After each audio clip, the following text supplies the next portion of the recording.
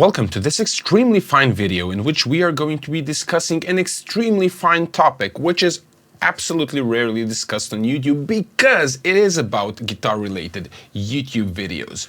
Now obviously in this video I will be giving you my thoughts and opinions which everybody loves, and I'll be sharing my experiences that may help you, but this time I actually need your help, and more on that later. So the general idea is that you grab a cup of coffee, preferably one with mushrooms on it. I don't have my mushroom cup because I couldn't find it this morning. The only thing I had was a cup that says Morgen on it, which is morning in German. I have no idea why I have a cup in German in my house. So after you grab the cup of coffee, you spend the next few minutes with a guy sitting in an October Rust t-shirt, because typo negative was the first thing I heard this morning, and spend that time listening to me talk about what to listen for in guitar YouTube videos, how to watch them, and how to decide whether a certain piece of gear sounds good to you or it doesn't.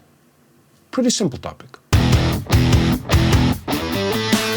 Okay, so I need your help, and I'm talking to you guys, the silent watchers who never comment on anything, which I completely understand, but I would like to create a reasonable, non-passionate and healthy conversation on this so I can sort of decide what I should be doing on my channel, because I'm sort of preparing to make some changes. So we're going to be talking about guitar production for YouTube videos and which combination actually makes sense. But before we get into that, I need to talk about the three main problems of YouTube videos. First of all, YouTube videos are today unfortunately mostly consumed on phones, so people who do any kind of audio production, they sort of do it for the phone thing, which is weird. Listening and deciding whether a tube screamer sounds good or not from your phone speaker. The second problem, maybe the biggest problem of all, is that guitars in YouTube videos, most guitar YouTube videos, don't have any context. It's just a guy noodling on a guitar, which doesn't make any sense, because if you know anything about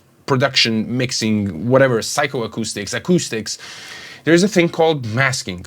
And if you set up a guitar sound on your own, that sound will probably just not work in any kind of context of a mix, band, music, whatever. So we are just listening to a guy noodling around, setting up a sound. It sounds great. We buy that pedal so we can noodle around in our room alone. It's gonna sound great. Now, the third huge problem with guitar-related YouTube videos is a very realistic and sensitive one, and it's the fact that this is a full-time job, and people who don't have any other business or knowledge or whatever, if they're doing this, if they're doing demos or reviews of equipment, they get affiliated with companies, they have relationships with people from the companies, and we can't really count that they're being fully honest with us. Even though they say that their opinions are of their own, I understand you have your favorite YouTuber, you might believe him or not, but I'm just saying this is not a kindergarten, this is an industry, this is a business, and realistically we can't be sure how honest they are about the equipment that they're demoing, which makes it realistically really hard for us to know whether this certain piece of gear is good for us or not. Now, since I said that this is a full-time job and only a crazy person would spend his free time in front of the camera, you're probably asking, what's in it for me? Well, I'm running my own business, which is of an educational type. So I'm not doing any guitar reviews or guitar demos. I'm trying to teach you guys what to listen for and how to develop your own opinion. I actually had a job, I was paid really well, and I left the job because that was not me. And if I want to do guitar-related stuff, this is the way to do it. Run my business and talk to people. I need to talk to people. I need to have a conversation with you guys. And it's absolutely fine if you like or dislike me or the stuff that I'm talking about. If you like it, that's amazing. If you don't like it, I have no idea what you're doing here. So speaking of my business, please visit the Slightly Technical Academy at slightlytechnicalacademy.com. It is a place where I create a community of people who are willing to learn, and I'm preparing a lot of great content over there. There are some free Tonex packs, registration is for free. Go visit and register and become a part of the family. And also, if you find the information in these videos useful, please click the like button and subscribe to the channel. So far, we were discussing pretty much the biggest problems with guitar-related YouTube videos, but now I want to classify these videos in a few groups based on their post-processing that they do to the guitar or general audio in the video. And we're going to discuss how to watch them, what to listen for, and how to extract the information that is relevant to you. So I figured out we're going to classify them in 5 groups. I have no idea if this is going to work, but pretty much 5 groups of guitar-related YouTube video, with the first group being the one that doesn't do any post-processing in their audio. Basically, this is usually related to high-gain amplifier demos. They just use the same cabinet, use an SM57, and we are listening to a person chugging away. I like to watch these videos because I like high-gain amps, and a lot of times it is really fun. The sound is horrible, but pretty much I can relate to their other YouTube videos, and I can sort of hear the differences and feel like I'm chugging in there with them and sort of testing the amplifier out. The problem with this doesn't have any context on most YouTube channels. It is just a guy chugging an amplifier. And the third problem would be if you're not really experienced with what you're supposed to be hearing, meaning if you don't know what an SM57 is supposed to sound like and you cannot compare it to other videos from the same YouTuber, so you sort of have the idea what is the difference. You need some context, right? It is really hard to distinguish what this amplifier sounds like other than watching the reaction of the person chugging the amplifier.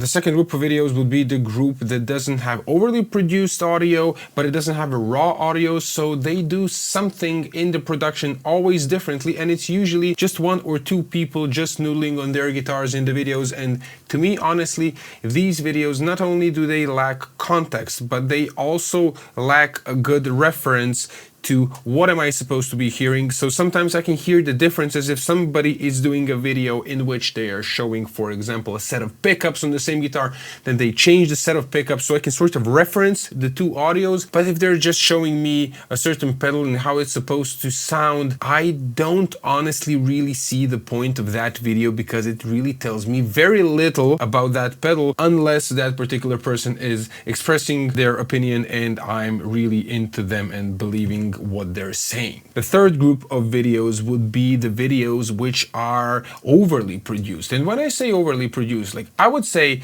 these videos sound absolutely great, because a lot of YouTubers, especially the ones who have become accomplished over the years, they gathered a lot of gear. They learned how to post-process their guitars, and a lot of the guys over there, they play really well, and they would play and make great sounds, lush, reverbs, delays, everything's compressed. You can hear the clean sounds, the distorted sounds are nicely produced, there are no harsh frequencies, everything is great.